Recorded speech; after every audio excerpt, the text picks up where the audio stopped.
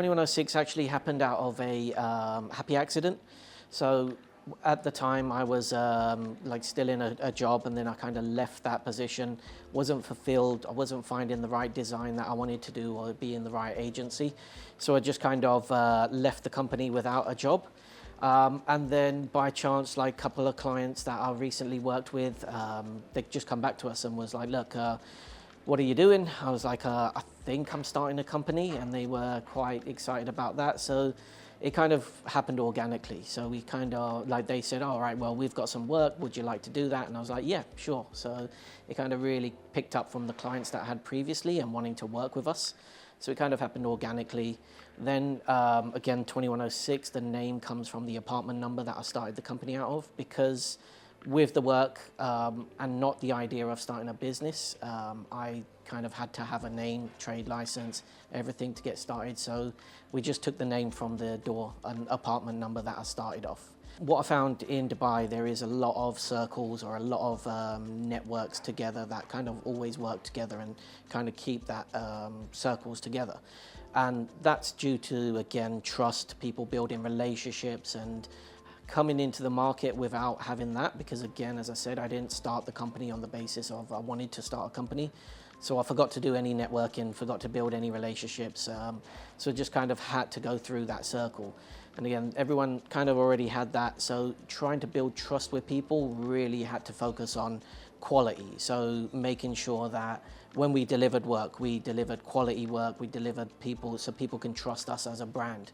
I think the hardest part was getting people to trust a small independent boutique firm that had no reputation, nobody knew us in the market, and building up from scratch from there. So really kind of taking it forward. The team kind of inspire themselves. Like we've got such a diverse group of people that come from multiple different backgrounds, which either really excel in their field that they can teach the others, or they can kind of work and partner together. We got multiple verticals within the brand, so everyone relates to each other, so they're always learning from each other. I think the one thing I do really well, and what I always try to push the team to do, is always give me the why. Why are we doing something? Why are we designing in that way? Why is there a reason done for this? You always have to have a reason. Every designer can design something that looks amazing, but the best part of design is why you do it.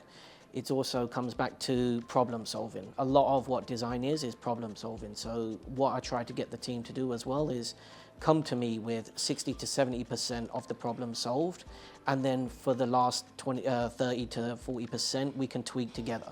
So this year's about focused growth and focused quality over everything, efficiency, and making sure what we looked at last year, we're sifting through and finding the clients that we liked, what we didn't like, all the ideas of what we did last year, which was painful, and making sure we don't make the same mistakes, making sure that we grow in, and making sure that the growth is focused on efficiency, quality, and everything there. So again, kind of bringing in new people, new staff. So what it allows us to do in 2025 is to really go through everything we did in 2024 and massage that and make it something that is better. So we're taking the foundation of 2024 and really focusing and building on those platforms, building on the sectors that we want, building on the clients we want, building on the team we need. With design and with what our company is about, it's always asking why. So storytelling changes a design, or in our design, it changes a space into an experience.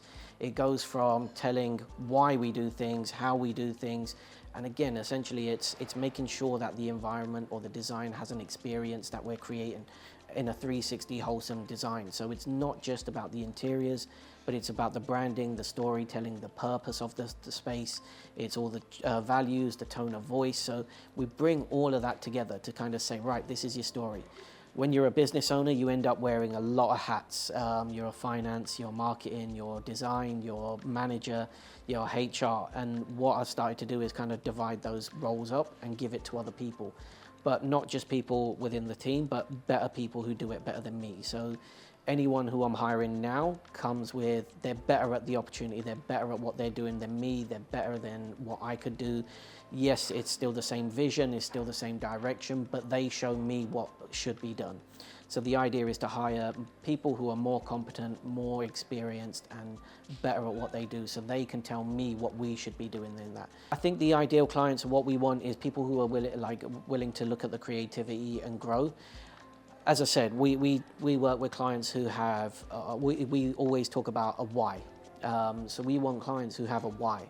Clients who have a reason why they're doing things, not just on the business aspect. Of course, everything we do has to have a business mindset to it and functionality to it, but also clients who are really passionate at what they do. They're the ones that we really love ourselves. Yes, they take a little bit more time. Yes, they're a little bit harder time consuming and a lot of changes, but they're the ones that we really grow with, and they're the ones that we really find the passion with. We're a passionate company. We're an authentic brand. We're pretty raw and rough, and that's kind of the clients we end up with. We have lots of other ones that need our guidance, and they're the ones, again, we kind of focus on. The ones who are willing to accept what we're the best at and what we're educated in and what we are the industry leaders in. So they're the ones that we're looking for and what we're working for.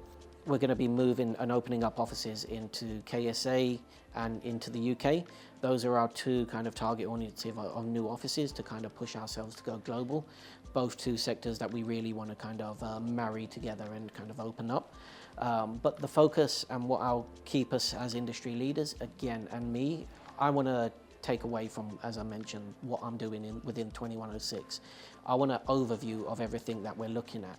So that means to keep us industry leaders and keep us growing is always to hire the better people who do their job. So we're looking for more people who can come in and take over roles. But again, we need people who can show me something new, show me how we can do things differently. We're not looking for the types of people who can just do a task. We're looking for people who can show us how to do things better, who can push the brand and who can open up the doors which we can't do. Looking at how we can partner or bring in new partners to the company. With the new design manager, how we can focus her on her growth into becoming a partner in the business. I don't want to be sole owner of the business anymore of 2106. So again, KSA will need a new partner to take over that department. The UK office will need a partner in there to take over those offices.